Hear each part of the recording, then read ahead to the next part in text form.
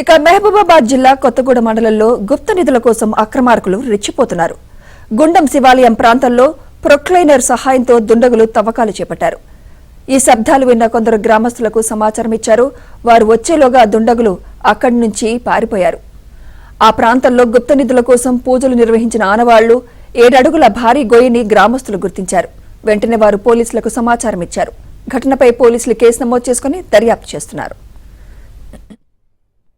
కాకతీయుల నాటి మన పురాతన నాటి లింగకారణము ఇట్లా దేవాలయం గుడి, కాకతీయుల గుడి, శివుని లింగకారణం ఇవన్నీ గుడి ఉన్నది. ఇక్కడ గతంలో గుప్త నిధుల కోసము ఆ గుడిలోనే కొంతమంది వ్యక్తులు వచ్చి తవ్వడము, తర్వాత పేల్చడం జరిగింది.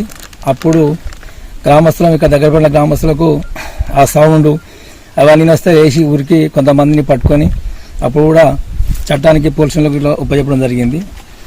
మళ్ళీ ఒక 1/2 కిలోమీటర్లో గుడి ఆధ్వర్యంలో 1/2 కిలోమీటర్లో ఇటుక బట్టీలు అనే ప్రాంతం, దోమలగండ అనే ఏరియా ఉంటుంది. ఆ ఏరియా కూడా అప్పుడప్పుడు గుప్త నిధులు అని చెప్పి అంటూ ఉంటారు. అయితే ఎవరు కూడా ఇంత పెద్ద మొత్తంలో జేసీబీ తెచ్చి తగిన వాళ్ళు లేరు. ఈసారి జేసీబీతోనే వచ్చిందని తవ్విందని చూసినాం. ఇక్కడ ఒక రైతు ధాన్యము రోడ్డు మీద ధాన్యం ఎండపోసుకొని చూసి